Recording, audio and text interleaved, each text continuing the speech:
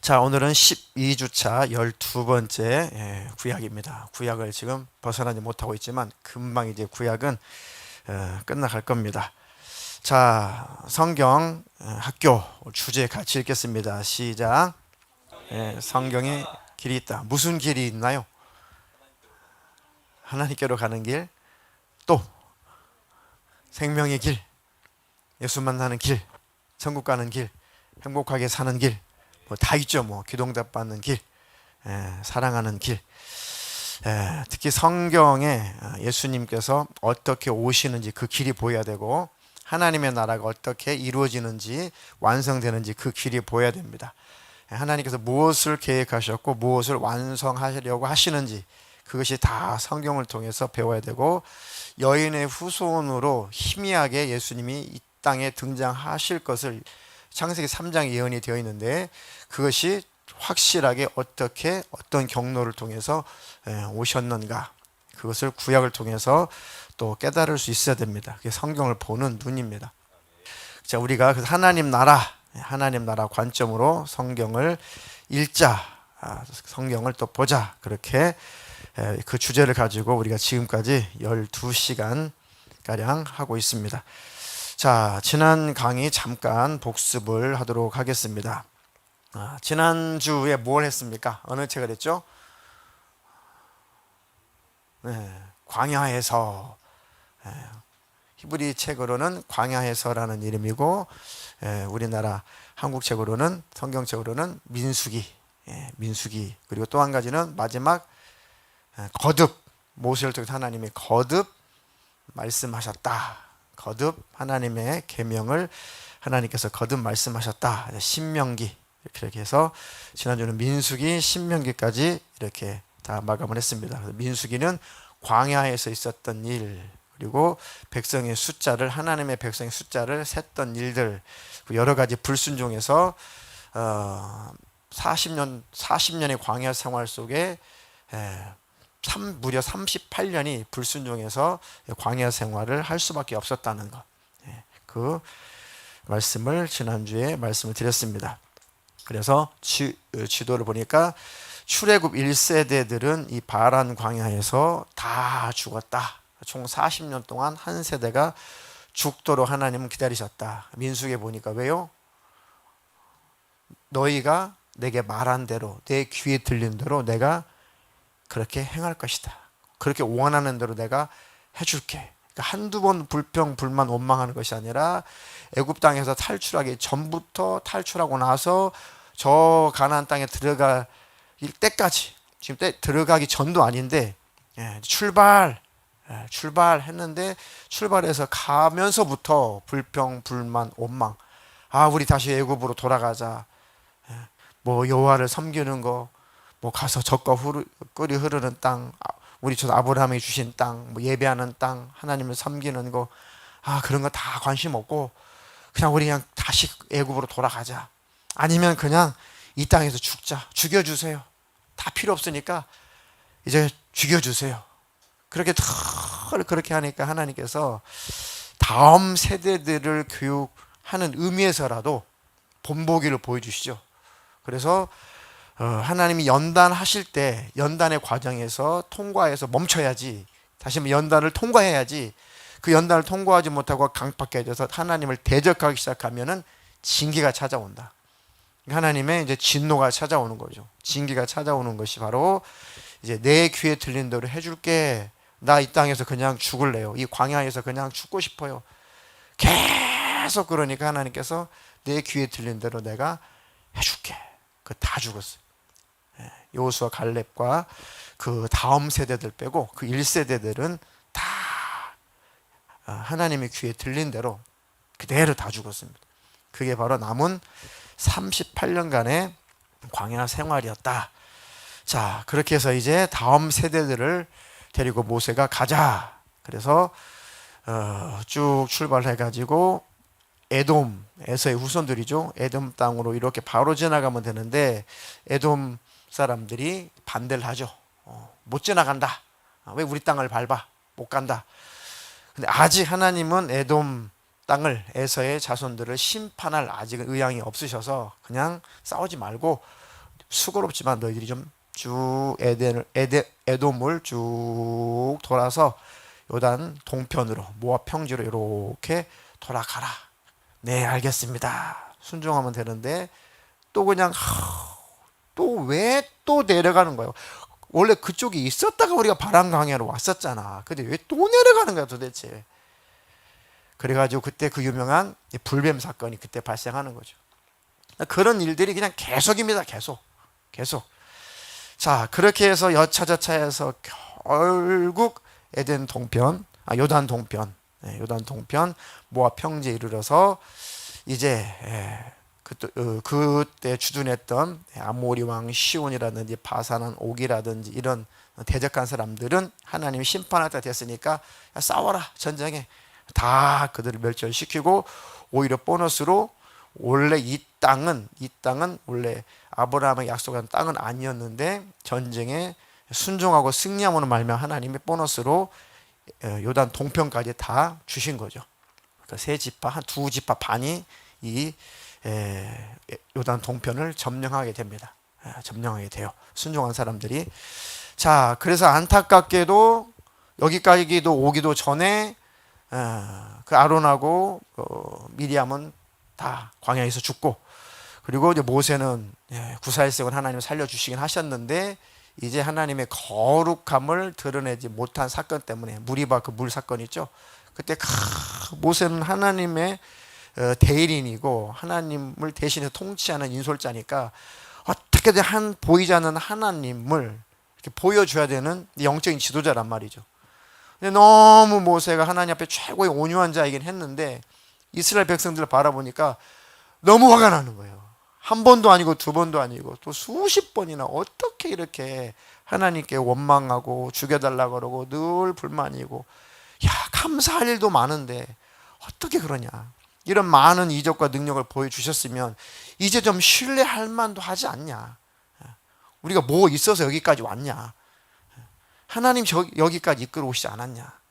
근데 도대체 언제까지 이럴 거냐. 너무나 화가 나니까, 야, 모세야, 그러지 말고 목말라서 그러니까 너는 내 자비함, 내 사랑, 내 인내, 나의 거룩함만 넌 나타나면 돼. 네 성질 나타내지 말고 내 거룩함을 나타내. 그러니까 반석을 향해서, 그 반석을 향해서 가리켜. 지팡이 가리키면 되거든요. 한번 딱 치면 돼요. 근데 모세가 너무 화가 나니까 가지고 있는 지팡이를 가지고 막 내가 너희 족속 같은 너희들 존재 때문에 이 반석에서 도대체 물을 내야겠냐고 막 때리죠. 이렇게 반석을, 혈기를 막 부리는 거예요. 그런데도 하나님 역사하셔가지고 그 반석에서 이제 생수가 콸콸콸 쏟아지게 만듭니다. 그런데 그 모세 행동은 하나님의 거룩함을 나타내지 못했다는 거예요.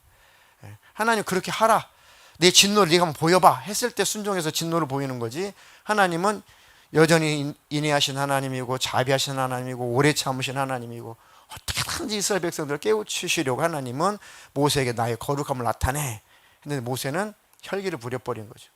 하나님께서 그것을 기억하시면서 너는 그때 그 실수를 했어. 내 영광을 드러내지 못했고 내 거룩함을 드러내지 못해서 너는 가나안 땅은 바라보려니와 들어가지는 못해. 느보산까지 데려가서 쭉 들어갈 가나안 땅을 보여주시고 그 자리에서 목숨을 취하시죠. 혹시 그 모세가 우상이 될까봐 그 모세 옷 하나, 그 다음에 소지품 하나, 지팡이 하나 하나님 남기지 않고 다 감추셔서 우상이 되지 않도록 그렇게 하나님은 오롯이 섬길 수 있도록 그렇게 조치를 하셨죠. 그리고 이제 모세가 죽기 전에 이스라엘 백성들이 경고도 하고 축복도 하고 이제 여호수아에게 다음 그 지도권을 주죠. 너는 강하고 담대해라. 하나님께서도 여호수아에게 너 강하고 담대해라. 이제 네가 대신해서 이 백성들을 이끌고 저 가나안 땅을 점령하게 될 거야 하고 하나님의 지시도 받고 모세 예언도 있고, 그래서 모세는 죽고 이제 드디어 여호수아가 이제 처음으로 담임 목사가 된 거죠. 처음으로 단독 목회를 해보는 거예요. 이제 얼마나 두렵겠냐고요. 얼마나 떨리겠냐고요. 그 심정은 조금은 제가 이해할 것 같아요. 나중에 신학교 가고 앞으로 목회하실 분들 경험하게 될 겁니다. 자, 그래서 오늘 신명기 끝났고, 자, 신명기 한 절만 우리 같이 복습하는 마음을 읽어보겠습니다. 시작. 여호와께서 이 40년 동안에 내게 광야길을 걷게 하신 것을 기억하라. 이는 너를 낮추시며 너를 시험하사 내 마음이 어떠한지 그 명령을 지키는지 지키지 않는지 알려 하심이라.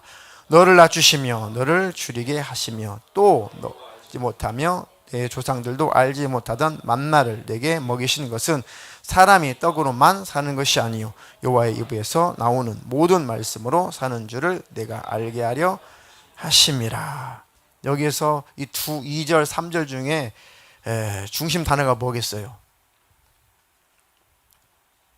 중심 단어 뭐 여러분들이 느끼시는 대로 2절 3절 중에 여러분들 마음에 드는 단어 한번 찍어보세요. 여호와 입에서 나오는 모든 말씀으로 사는 줄 알게 하려 하심이라. 예, 좋습니다. 또 다른 분. 네? 뭐 하라? 네. 자, 하나님께서 창세기부터 계시록까지 항상 보시는 것이 있어요.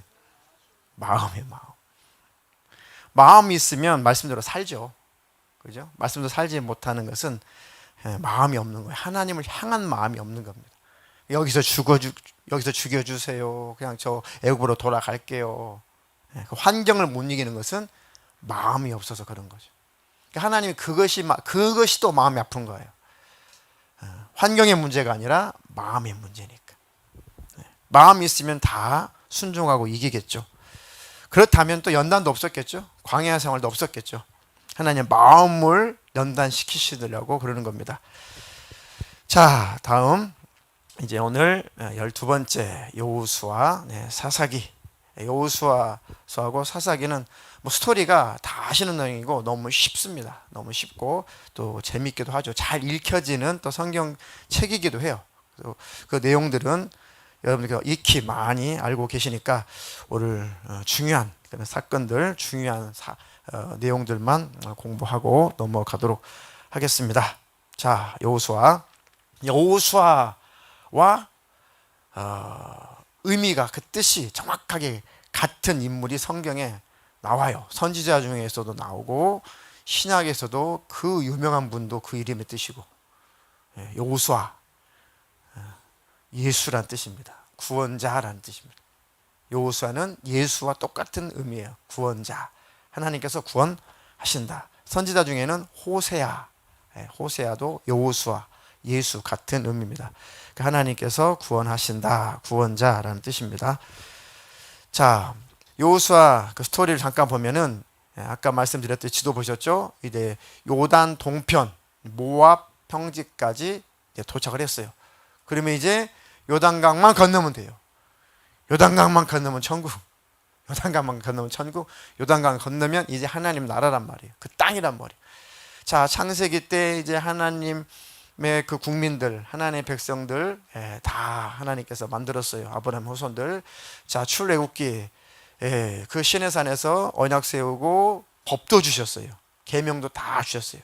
백성 만들었어요. 애굽에서 끌어내서 법을 주셨어요. 그리고 이제 내 땅으로 들어가라. 그죠? 왕 땅 백성. 하나님 왕이시고 이스라엘 백성들은 선택하신 하나님의 백성이고 이제 땅은 그 가나안 땅. 아브라함에게 약속하셨던 그 땅. 그 땅에 가시적으로 보이는 하나님 나라. 이 땅에 세우시는 하나님의 나라. 그 나라를 하나님께서 왕으로 통치하시고 그들이 행복하고 안식을 누리고 만사형통하고 즐겁고 늘 하나님을 찬양하고 기뻐하는 삶을 사는 모습을 통해서 그렇게 살지 못하는 이방 나라들을 하나님께서 하나님께로 인도하시려고 선택한 민족이란 말이죠. 그리고 그 나라에 그 땅에 누구 오시려는 거예요? 하나님이 직접 육신을 입고 오시려고 하는 거죠. 그것 때문에 선택한 민족이 이스라엘 백성이란 말입니다. 그러니까 포기할 수 없죠. 하나님은 그것을 포기할 수가 없는 겁니다. 자, 요단 동편까지 잘 왔습니다. 요단강만 건너가면 돼요. 그런데 1세대들은 다 죽었어요. 그리고 2세대들은 이제 역대를 기억하라. 너희 어른들에게 부모님에게 여쭤봐라. 이제 모세가 그랬죠. 그래서 그때 다 이제 구전을 듣고 알았어요. 홍해 바다를 어떻게 건넜으며 하나님 광야 생활을 왜 하게 했으며 쭉 들었습니다. 물론 거기에 여호수아 갈렙도 있었죠. 그러면서 이제 요단강을 건너야 되는데 지금은 저는 성지순례를 가보지 않아서 잘 모르겠는데 그때 당시 구약에 그 요단강을 건널 때 그 당시 지형이 요단강이 굉장히 넓었대요. 뭐 이렇게 뭐 그냥 뭐 무릎 정도 수위가 수심이 무릎 정도 다는 뭐 걸어갈 수 있는 그런 정도 강이 아니라 뭐 지금은 뛰면 뭐 건너가는 강이라는데 저는 모르겠어요. 안 가봐서. 어쨌든 그때는 큰 강이었대요. 범람하게 되면은 그 지역이 다 잠길 만큼 큰 그런 강이었답니다. 성경에도 보니까. 근데 그 요단강 앞에서 하나님께서 건너가. 그런데 이렇게 건너가. 너희 제사장들은 말이야 법궤를 메고 그 요단강을 밟어. 너희들이 요단강을 밟아서 너희들의 발에 물이 찰 정도 되면은 그때 요단강 갈라진다. 걱정하지 마. 모세를 통해서 하나님 말씀하시죠. 그러니까 그 전에 홍해 바다를 한번 건넌 경험이 있잖아요. 이때부터 다음 세대들은 순종하는 세대예요. 순종. 우리가 순종하는 세대가 되기를 축복합니다. 그 법궤를 메고 제사장들을 중심으로 그 요단강에 첨벙 들어서 가운데 쭉 딱 들어가니까 세상에 어떤 일이 벌어져요. 도도히 흐르는 그 요단강 그 강물, 어마어마한 강물이 쫙 흐르다가 이스라엘 백성들 앞에 그 법궤 앞에 쭉 도착하더니 넘치지도 못하고 흐르지도 못하고 좌우로도 흐르지 못하고 그대로 하늘 향해 솟아버리는 거예요. 이렇게. 그러니까 물의 흐름의 세력 때문에 강하게 강물은 흘러오죠. 하나님은 그 강물을 막아버렸죠. 그리고 이 강물이 어떻게? 어디로 가라고? 그러니까 그 강물의 힘에 의해서 강물이 벽이 돼버리고 쭉 솟는 거죠. 너무 신기한 것은 좌우로도 범람하지 못하도록 하나님이 그 물을 이렇게 하늘 향해서 세워버리는 겁니다. 그 이적을 보여주시는 거죠. 그리고 반대로 이쪽으로 흐르는 강물은 아예 끊쳐가지고 바짝 마르게 만드시고. 그래서 와, 이스라엘 백성들이 우리 조상에게 들었던 그 홍해바다 사건 이런 건가 보구나 하고 너무너무 기뻐가지고 콧노래를 부르면서 막 찬양을 하면서 찬양 한번 해볼까요? 쭉 그 요단강을 딱 건너갑니다. 하나님께서 그러죠. 그냥 건너가지 말고 너희들 또 잊어버리잖아. 또 망각하잖아. 그러니까 내가 너희들 12지파를 내 백성들아 어떻게 너희들을 이렇게 건져냈는지 요단강을 어떻게 도하게 했는지 너희들이 꼭 기억 좀 해야겠으니까 한 지파당 돌 한 개씩 계산해 가지고 12돌을 그 요단강 강에서 돌멩이들 12개를 주워와. 12개 돌을 주워다가 길갈에다 갖다 놓습니다. 근데 나중에 그걸 보면서 길갈에다가 12돌을 쌓아놔요. 12지파를 상징하는 거죠. 야, 이 12개의 큰 돌덩이들을 보니까 맞아. 하나님께서 우리를 그때 요단강을 그 이적으로 그 능력으로 우리를 안전하게 건너오게 하셨지. 하나님 잊어버리면 안 돼. 하나님 망각하면 안 돼. 하나님만 섬겨야 돼. 이런 신이 어디 있어. 워낙 하나님께서 많이 겪다 보이시니까 그렇게 증거물을 하나님께서 마련해 놓으신 겁니다. 길갈에다가 12개 돌을 하나님께서 이렇게 쌓아놓으라고 말씀하시죠. 안전장치까지 다 하세요. 이 백성이 또 어떻게 될지 아시니까. 저와 여러분 같진 않죠. 저는 개인적으로 저 같아요. 이스라엘 백성들을 보면 변덕 부리기 쉬운 나, 우리를 하나님 말씀하고 계시는 겁니다. 아까 말씀드렸죠. 하나님의 그 마음이 어떠한가 보신다고. 자, 그리고 이제 그 요단강에 건너가서 큰 성, 난공불락의 큰 성, 여리고성을 무너뜨려야 돼요. 아직까지 하나님께서 이들에게는 변변한 이 병법 하나 가르치지 않았어요. 변변한 이 무기 하나 하나님께서 만들라 허락도 하지 않았어요. 칼도 없어요. 그러니까 뭐 농사 지을 때 쓰는 뭐 그런 농기구 정도는 있었겠죠. 무기도 아닌. 근데 어떡하라고. 그런데 이미 다음 세대들은 순종을 배웠어요. 어떻게 하면 될까요? 너희들 그 여리고 성에 가면은 가서 그 성을 하루에 한 바퀴 쭉 돌고 마지막 7일 날은 7바퀴 돌아. 그러니까 총 몇 바퀴를 도는 거예요? 13바퀴 도는 거죠. 6일 동안은 한 바퀴 돌고 7일째는 7바퀴를 도니까 산수해 보세요. 마지막 13바퀴. 그러니까 마지막 13바퀴째 돌 때 12바퀴 돌고 아무 일 없죠. 마지막 순종함으로 13바퀴 돌고 소리 지르고 나팔 부르니까 와르르르 무너지죠. 와르르 무너집니다. 그 여리고가 무너질 때 정탐꾼을 숨겨주었던, 미안하지만 한글 성경에는 뭐 기생이니 뭐 율랑년이 이렇게 표현되지만 창녀.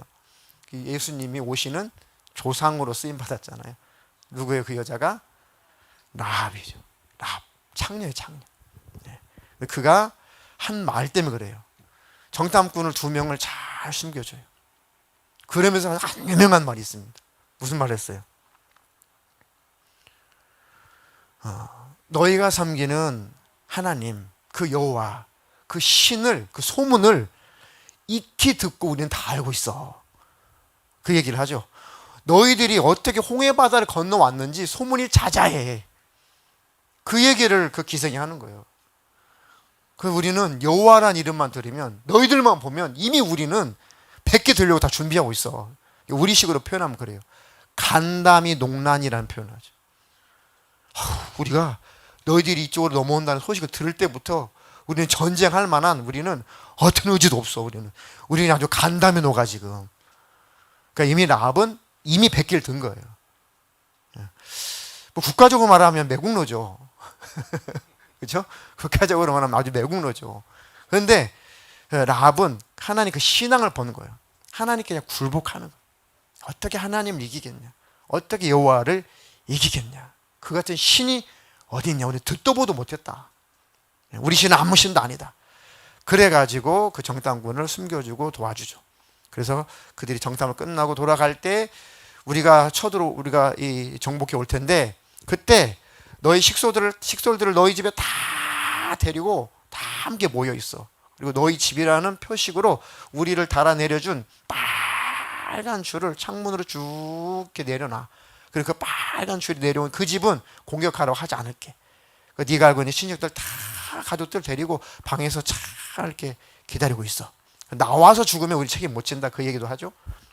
그렇게 해가지고 여기서 무너지고 라합이 또 살아나고, 세상 예수님 족보에 보니까 라합과 결혼한 그 사람을 통해 가지고 예수님이 오시는 길이 된 거죠. 이렇게 하나님은 과거의 신분이 어떻든 과거에 어떻든 간에 하나님의 돌아온 자에게 복을 주시는 거고, 그들을 용서하시는 거고, 그들에게 영생을 주시는 것입니다. 아멘. 하나님께 돌아오기만 하면 과거는 묻지 않는다. 아멘. 그 하나님이심을 기억하시기를 축복합니다. 자, 그렇게 해서 대승리를 하죠. 대성을 합니다. 그래서 이 아이성, 조그마한 아이성쯤이야. 그 생각, 교만한 생각도 있었지만 이 아이성을 정복하지 못하고 실패한 가장 큰 이유는 아간 때문이죠. 아간 때문에. 그 땅에 들어가거든 어떤 것 하나 다 너희들 재산을 취하지 말고 다 없애라. 다 불태우고 도망치거든 다 갖고 가게 해라. 너희들이 취하지 마. 내가 너희들 먹여 살릴 거니까, 내가 책임질 거니까, 내가 다스려 줄 거니까 어떤 것 하나 의지하지 마. 금은보화 의지하지 말고 내가 다 먹여줄 거고 입혀줄 거고 내가 살게 해줄 거고 전쟁 나면 내가 이기게 해줄 거고 내가 친히 왕이 되어서 내가 대신 다스려 줄 테니까 절대 그 땅에 있는 거 의지하지 마. 처음부터 하나님께서 다 지시하셨죠. 물론 그들이 가지고 있는 문화 자체가 다 우상 숭배를 통해서 나오는 문화이기 때문에 가지고 있는 장식품이 뭐니 이게 다 우상이란 말이죠. 하나님께서 물들까 봐 이 백성을 아시잖아요. 인간을 아시잖아요. 아담 이후에. 그러니까 다 버려. 절대 너희들이 취하지 마. 근데 아간이 세상에 금은보화 보니까 뭐 좋은 옷 한 벌, 금덩어리 하나, 뭐 은 몇 세겔 해가지고 그거 보니까 막 너무너무 탐이 나가지고 갔다가 같이 텐트 바닥에 묻어놨는데 나중에 그 아이성 정복하지 못하고 대패를 하죠. 그러니까 이 이스라엘 백성들이 통곡을 하면서 여기서 하나님 어쩐 일입니까? 여기까지 와가지고 어떻게 이런 일이, 우리 순종했는데요. 아니다. 범죄한 자가 있다. 도적질한 자가 있다. 내가 다 버리라고 하지 않았냐. 없는데요. 있다. 다 제비를 뽑아보니까 나중에 아간이 딱 발각이 되죠. 나중에 실토를 하죠. 내가 죽을 죄를 범했습니다. 끌고 가가지고 다 보란 듯이 징계를 하죠. 다 보란 듯이. 그때는 하나님 그렇게 하실 수밖에 없어요. 금방 물들어 버리니까. 어우, 저러지 말아야지 하면 좋은데, 보니까 하나님 보시니까 그렇게 해서 될 민족이 아니에요. 그러니까 다 모든 백성들한테 돌 들어. 저 아간 다 돌로 쳐 죽여. 자기 손으로 다 아간을 골짜기로 데려가가지고 산골짜기에서 다 돌로 던져서 쳐 죽입니다. 그 골짜기 이름이 그 유명한 아골 골짜기예요.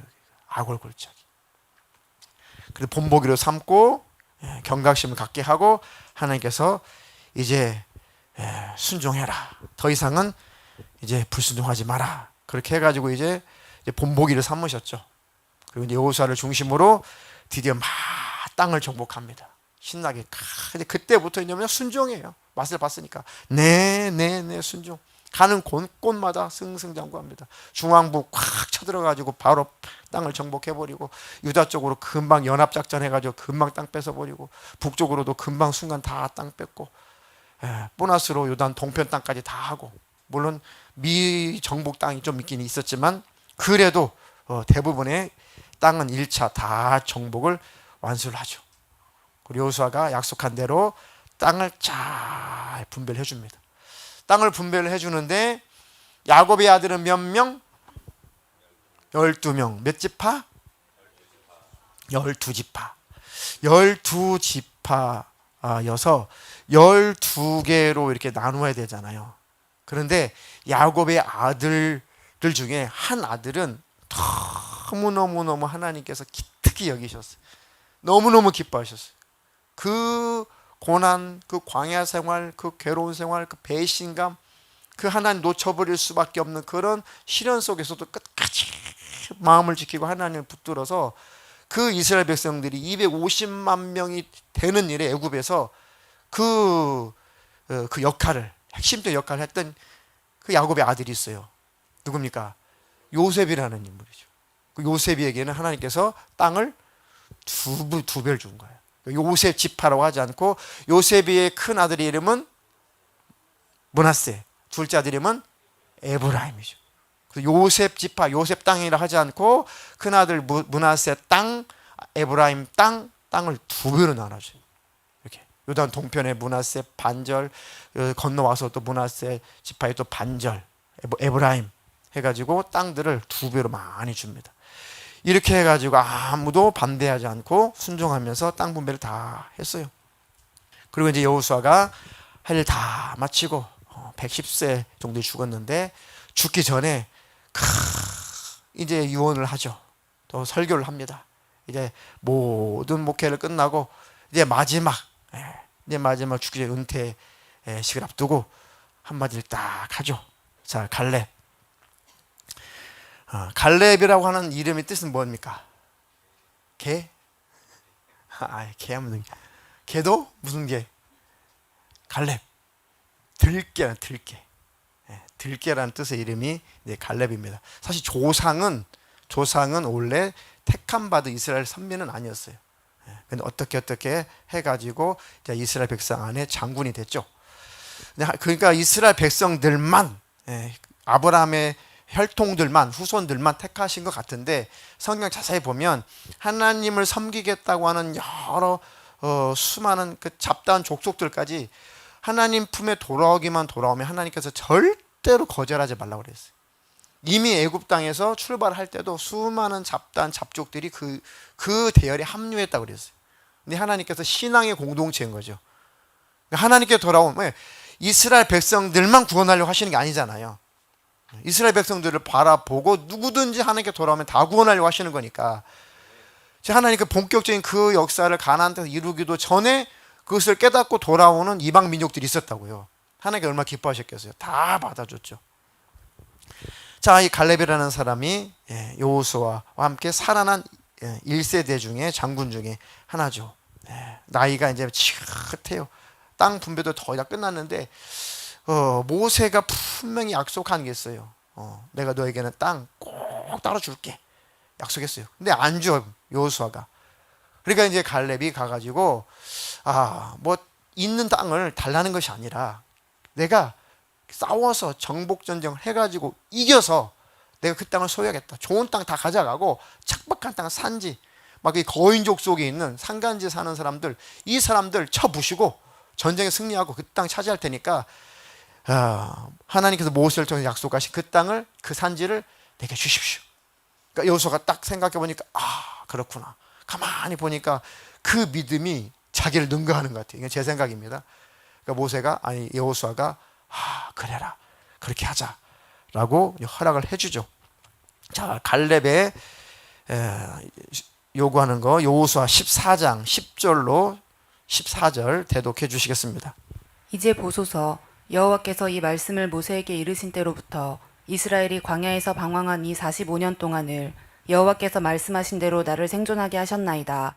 오늘 내가 85세로 돼 모세가 나를 보내던 날과 같이 오늘도 내가 여전히 강건하니 내 힘이 그때나 지금이나 같아서 싸움에나 출입에 감당할 수 있으니 그날에 여호와께서 말씀하신 이 산지를 지금 내게 주소서. 당신도 그날에 들으셨거니와 그곳에는 아낙 사람이 있고 그 성읍들은 크고 견고할지라도 여호와께서 나와 함께 하시면 내가 여호와께서 말씀하신 대로 그들을 쫓아내리이다 하니 여호수아가 여분네의 아들 갈렙을 위하여 축복하고 헤브론을 그에게 주어 기업을 삼게 하매 헤브론이 그니스 사람 여분네의 아들 갈렙의 기업이 되어 오늘까지 이르렀으니 이는 그가 이스라엘의 하나님 여호와를 온전히 쫓았음이라. 아멘. 이 구절을 따로 읽는 것은 이것 때문에 그렇습니다. 12절에 빨간 글씨 한번 읽어볼까요? 시작. 자, 그 밑에 나와 함께 하시면 내가 여호와께서 말씀하신 대로 그들을 쫓아내리.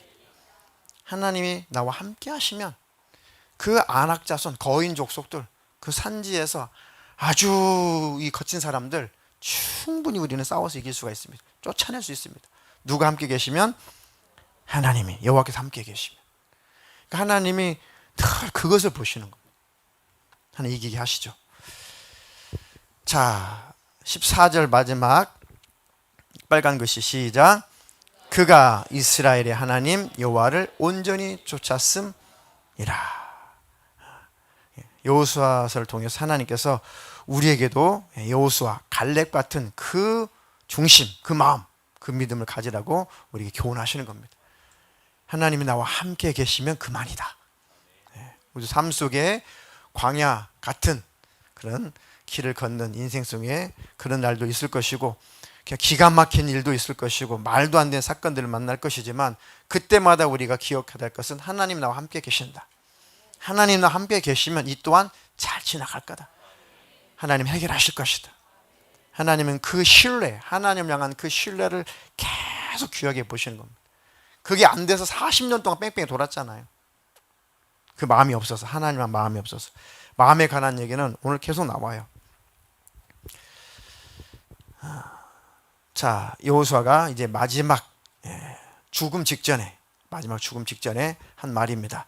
읽어보겠습니다. 여호수아가 이르되 그러면 이제 너희 중에 있는 이방신들을 치워버리고 너희의 마음을 이스라엘의 하나님 여호와께로 향하라 하니 백성이 여호수아에게 말하되 우리 하나님 여호와를 우리가 섬기고 그의 목소리를 우리가 청종하리이다 하는지라. 여호수아도 하는 말이 그러면 이제 너희 중에 있는 이방 신들을 치워버리고 너희 마음을 이스라엘의 하나님 여호와께로 향하라. 여호수아는 모세 밑에 있으면서 그걸 본 거예요. 하나님 무엇을 원하시는지. 순종하는 마음, 신뢰하는 마음, 하나님을 사랑하는 마음. 마음을 계속 하나님께로 향하지 않으면 우리 마음 못 지킨다 그 얘기죠. 우리가 얼마나 많이 배신했니? 우리가 얼마나 많이 원망하고 우리가 얼마나 많이 하나님 마음 아프게 했냐? 우리 조상 때부터. 그런데 우리 마음이 하나님께로 향하지 않으면 우리는 또 과거처럼 하나님 마음 아프게 하고 하나님은 배신할 거고 우리는 또 저주가 와, 징계가 와. 마음을 이스라엘의 하나님 여호와께로 향해야 된다. 그래서 백성들이 대답을 하죠. 여호수아에게 대답을 하죠. 말하되 우리 하나님 여호와를 우리가 섬기고 그의 목소리를 우리가 청종하리이다. 네, 아멘입니다. 아멘입니다. 그렇게 하겠습니다. 아멘입니다. 하죠. 과연 이들의 결심과 이들의 결단은 결단한 대로 성공할 것인가? 사사기 가면 사사기 가면 이제 아이고 아버지 너무 혹독해져. 그 실패, 그 배신, 패배가 하나님 앞에 너무 혹독해. 하나님 너무 혹독하게 괴롭혀요. 사사기 가보니까 여호수아도 죽고 갈렙도 죽고 다 죽었어요. 그래서 여호수아도 그랬고 갈렙도 그렇고 모세도 그렇고 다 마음을 지켜야 된다. 지킬 만한 것보다 물론 네 마음을 지켜야 된다. 물론 잠언에 있는 말씀이지만 하나님을 향해서 그 마음을 잘 지켜야 된다. 절대로 그 우상 숭배, 그 이방 신에게 미혹당하면 안 된다. 안 된다. 그랬더니 이스라엘 백성들이 그 습관, 그 버릇 뭘 못 준대요? 걔는 못 쳐요. 누구 못 쳐요. 그래가지고 사사기 내내 수많은 사사들이 다스렸지만 전체 내용이 그냥 이 표 하나에 다 요약이 돼버렸어요. 사사기는 딱 이것만 보면 사사기는 끝나요. 거기에 뭐 여러 사사들이 나오죠. 거기 자기 소견에 오른 대로 살아요. 하나님의 말씀, 아까 여호수아한테 그랬잖아요. 네, 하나님 말씀 청종할게요. 그 뜻대로 살게요. 아니요. 지 마음대로 살아요. 먹고 살만하니까. 배부르고 등이 따뜻하니까 이제는 필요 없어요. 자기 소견에 오른 대로 살아요. 그리고 또 죄를 짓죠. 말씀드렸잖아요. 하나님을 섬기는 것은 너무 범죄스러워. 잘못했을 때마다 진실하게 진심을 담아서 제사를 해야 그 마음이 하나님께 마음이 들어야 그 죄가 사야죠. 제사장도 제사로 성막에 들어갔다가 그 성막에 들어갔다가 진심이 없으면 죽어야 돼요. 근데 하나님은 그 진심을 원하는데 이들은 진심이 없어요. 그런 하나님을 섬기기가 마음이 없으니 얼마나 따분하냐고요. 하나님을 정말 사랑하지 않으니 하나님이 원하시는 방식대로 신앙생활 하기가, 제사를 하기가 얼마나 범죄스럽냐고요. 말라기에서도 아이고 하나님 섬기는 너무 범죄스러워요. 아이고 너무 복잡해요. 대충 좀 예배하면 안 됩니까? 이렇게 하잖아요. 말라기에. 그러니까 마음이 떠나버린 거죠. 그리고 또 금방 이방신 섬기고 음란하고 또 금방 세속화되고 또 범죄를 해요. 하나님이 징계하시죠. 심판하시죠. 이방 나라가 쭉 침범에 들어와가지고 또 막 종살이를 합니다. 오랫동안 또 종살을 해요. 그러니까 또 막 부르짖죠. 아이고 하나님 잘못했습니다. 살려주세요. 살려주세요. 하나님께서 사사를 세우셔가지고 다 쫓아내 주시고 승리하게 하시고 이렇게 다시 태평성대를 이루게 하십니다. 평화가 찾아오죠. 먹고 살만하니까 뭐 10년, 뭐 20년, 어떨 때는 뭐 40년 정도 평화롭게 살다가 또 배부로 등 따시니까 자기 소견에 오른 대로 또 범죄, 또 살아요. 또 침략해요. 이방인들이 또 회개해요. 아이고 하나님 잘못했습니다. 살려주세요. 다시는 안 그렇게, 다시는 안 그렇게. 또 하나님이 사사를 세워서 해줘요. 사사가 수없는 사사가 등장을 하죠. 나중에 사사마저 타락을 해버려요. 레위 족속마저 타락을 해요. 사사도 타락, 레위인들도 타락. 레위인들은 뭐하는 그 지파예요? 제사장 계열이잖아요. 제사하고 성막에서 일하는 사람들. 이들도 자기 업무를 하지 않고 다 여기저기 방황하면서 여기저기 더 돈 많이 주고 더 사례비 많이 준 데서 금방 교회 때려치고 다른 데 막 부임해 가버리고, 지금으로 말하면 또 주고 사고 팔고 하면서 그렇게 다 타락해. 레위인도 타락, 백성들도 타락, 다 타락해. 그래서 맨 마지막 사사기 맨 마지막 장 맨 마지막 절이 슬프게도 이렇게 결론을 내리고 끝납니다. 우리 다 같이 읽겠습니다. 한 절이니까 시작. 그때 이스라엘에 왕이 없으므로 사람이 각기 자기의 소견에 오른 대로 행하더라. 슬픈 일이죠. 이게 사사기 마지막 장 마지막 절이에요. 물론 17장에도 똑같은 구절이 나와요. 17장에도 이스라엘에 왕이 없기 때문에, 이것을 제가 몇 번 설명해 드렸죠. 왕이 없기 때문에, 다스리는 사람들이 없기 때문에 라는 뜻보다도 하나님은 왕 세우지 말라고 그랬어요. 왜요? 지금 성경 누가 왕이다를 지금 가르치시는 거예요? 하나님이 왕이다. 내가 왕이야. 내가 왕 노릇 해줄게. 그러면 어떤 이방 나라 왕이 너희를 괴롭힐 수 있겠냐? 내가 왕 되어줄게. 아, 필요 없고요. 그냥 우리 눈에 보이는 왕 좀 세워주세요. 다른 나라는 다 왕인데 우리는 왕이 없잖아요. 내가 왕이라니까. 아, 그런 거 말고요. 왕 세워주세요. 왕 세워주세요. 하나님을 왕으로 섬기는 것을 싫어했기 때문에, 왕으로 인정하지 않았기 때문에 자기 속에 오른 대로 행했다라는 속뜻인 것입니다. 자기 마음대로 행했다. 그리고 나서 이제 룻기 빼고 어떤 선지자가 나타나요. 누구 선지자를 하나님 세우시는 거예요? 사무엘 선지자를 하나님 세우죠. 사무엘에게 세워줘라. 사무엘아, 너한테도 자꾸 내 백성들이 왕 세워달라고, 왕 세워달라고 자꾸 건의하지. 그거는 너를 무시하는 것도 아니고 너를 버리는 게 아니고 이 백성이 나를 버렸다. 원하는 대로 세워줘라. 세운 왕이 사울이죠. 처음에는 사울도 겸손했어요. 막 겸손, 예언도 하고 막 겸손하고, 너무 사람은 준수한데 너무 마음이 여리고 왕 될 만한 뭐 그런 마음에 그런 그 담대함이 없었어요. 그 당신 하나의 왕 세우래. 아이고, 저 같은 어떻게 왕이 돼요? 막 숨고 도망가고 그랬다고요, 사울이. 그랬던 사울인데 나중에 교만을 떨죠. 그리고 왕자리에 올라와 보니까 너무 좋은 거예요. 전쟁터 나갔는데 하나님이 이기게 하시니까 막 승승장구를 하는 거예요. 왕 해볼 만하네. 다 자기에 굴복해. 그다음에 세금 물리고 이제 군림하기 시작해. 그리고 교만을 떨어요. 마음이 하나님에서 사울이 떠납니다. 그 즈음에 하나님께서, 야, 끝났다. 내 마음에 합한 왕을 내가 제대로 내가 이제 세워줄게. 그 왕이 그 유명한 다윗 왕이죠. 사울이 그 사실을 알면 회개를 해야 될 거 아니에요. 그때부터 얘를 바득바득 갈아요. 어떻게 나를 폐위시키고 또 다른 왕을 세울 수가 있습니까? 막 마음속에 이제 막 이를 갈겠죠. 하나님은 어떤 분이니까 다음 왕으로 이미 하나님께 내정하신 다윗을 자기 또 친사위잖아요. 그 창을 들고 막 쫓아다니면서 죽이고, 막 그 악기를 이렇게 연주하고 있는데 막 이 악신이 들리니까 막 사울이 못 견디니까 막 다윗에게 막 창을 던지고, 막 하나님 살려주셔가지고 다윗이 막 도망가고, 그런 일들이 벌어지잖아요. 그러니까 사울은 계속해서 이 더 악한 왕이 돼요. 더 악신이 들려요. 그러니까 정신이 완전히 병들어요. 하나님도 몰라봐요. 심각하죠. 자, 같이 한번 읽어볼까요? 시작.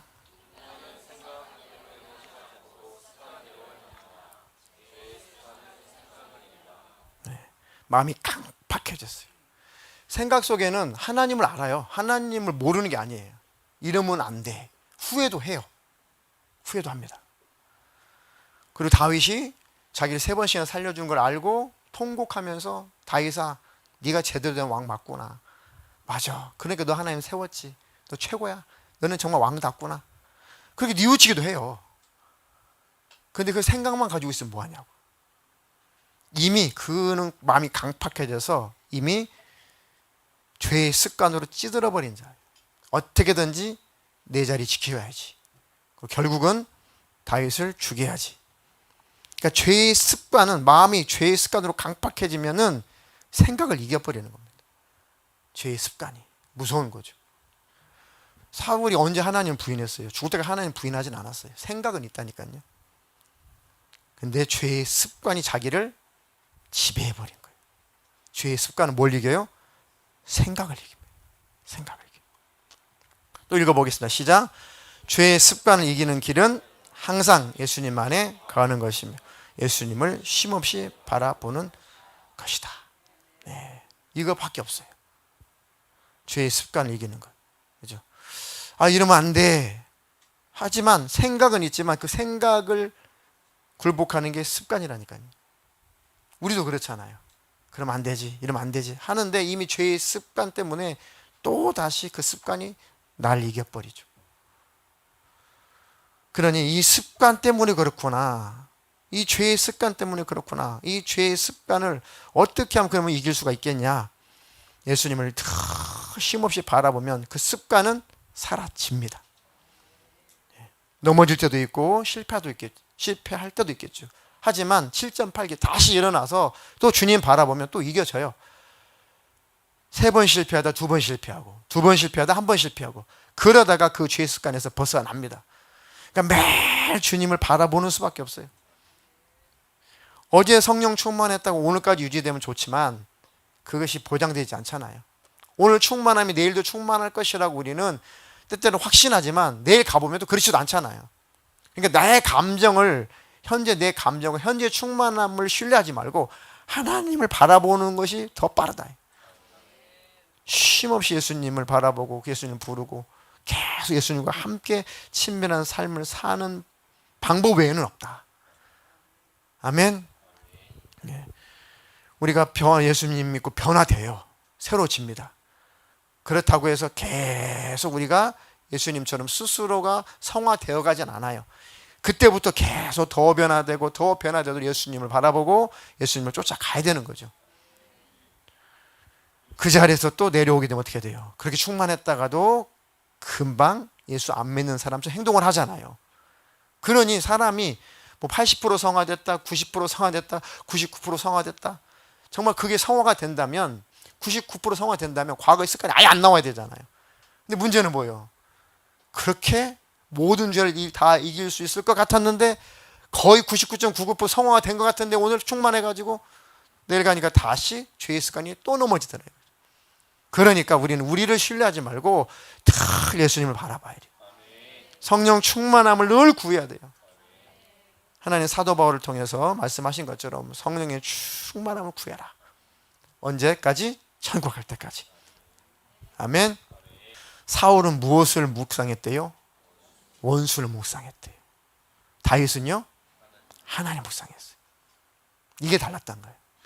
다윗의 마음은 계속 생각과 마음에는 이 원수, 다윗 죽여야 돼. 이 왼수, 어떻게 네가 내 다음 왕이 될 수가 있어? 내 자리를 네가 차지한다고 이 왼수, 계속 원수를 묵상했어요. 다윗은 쫓겨다니면서 자식한테도 쫓겨다니고 억울한 일도 많죠. 뭐 다윗이 인간성이 그렇게 아주 뛰어난 것은 아니었어요. 사실 사울에 비해서. 하지만 다윗은 수많은 과정 역경 속에서도 계속 하나님을 묵상했습니다. 그래서 다윗은 큰 실수를 몇 번 저질러서 하나님께 버림을 당할 수도 있었는데 계속 다윗은 하나님을 묵상했어요. 하나님 다 가져가도 좋아요. 저 왕 안 해도 좋고요. 가지고 있는 재산 다 살아도 좋고요. 저 목숨도 끊어도 좋고 다 좋은데 하나님만 나를 좀 버리지 마십시오. 내게서 성신을 거두지 마십시오. 늘 하나님을 묵상했던 사람. 그 다윗은 끝까지 승리자가 된 겁니다. 사울은 뭘 묵상했어요? 원수를 묵상했어요. 그래서 모든 사람들의 원수가 되어서 비참하게 전쟁터에서 죽었어요. 다윗은 누구를 묵상했어요? 하나님 묵상했어요. 그러니까 이거 방법밖에 없어요. 늘 하나님 묵상하고 십자가 은혜 기억하고 늘 말씀을 상고하고 하면서 늘 예수님 바라보고 예수님 안에 거하는 방법밖에는 없다. 아멘. 그것이 우리 자신을, 영혼을, 마음을 지키는 비결입니다. 그런 저와 여러분들에게 축복합니다. 그래서 예배라는 것은 중요하다고 수천 번 말씀드렸습니다. 마지막으로 읽고 마칩니다. 시작. 사람은 악인들의 꾀를 따르지 아니하며 죄인들의 길에 서지 아니하며 오만한 자들의 자리에 앉지 아니하고 오직 여호와의 율법을 즐거워하여 그의 율법을 주야로 묵상하는 자로다. 이 방법으로 다윗은 마음을 지킨 겁니다. 범죄했을지라도 빨리 회개한 거죠. 아멘. 우리가 성경 공부를 한 이유도 말씀을 새기자는 거예요. 그렇게 승리자가 되시기를 주님의 이름으로 축복합니다. 숙제 오늘 읽고 찬양하겠습니다. 시작. 사무엘 상하까지 읽어오기. 오늘 강의 꼭 시청하며 복습하기.